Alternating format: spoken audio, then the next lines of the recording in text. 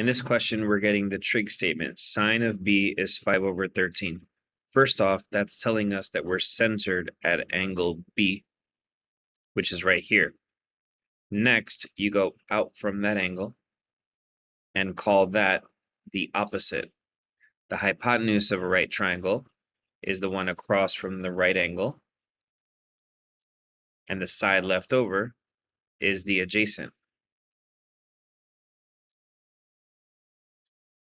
In SOHCAHTOA,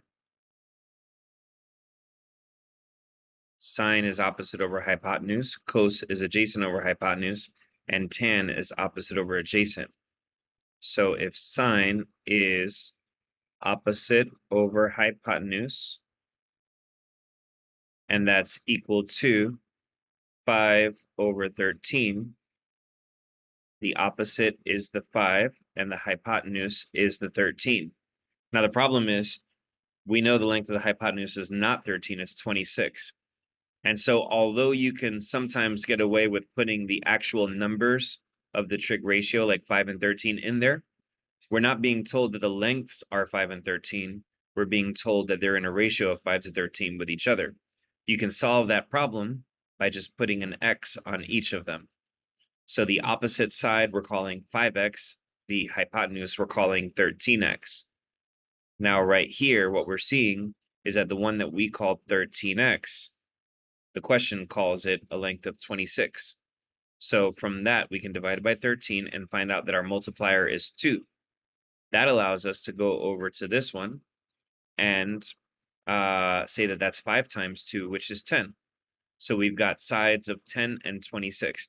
Now, we would be able to use the Pythagorean theorem to find the length of BC. But there are 2 important right triangles that we should always know about. The first one is the 3, 4, 5 right triangle, and the other is the 5, 12, 13 right triangle.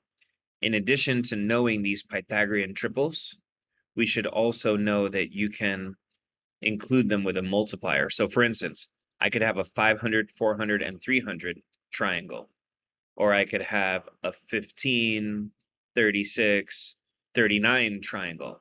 In other words, you can multiply any one of these sets of 3 numbers all by the same number. You can multiply all 3 of them by the same number.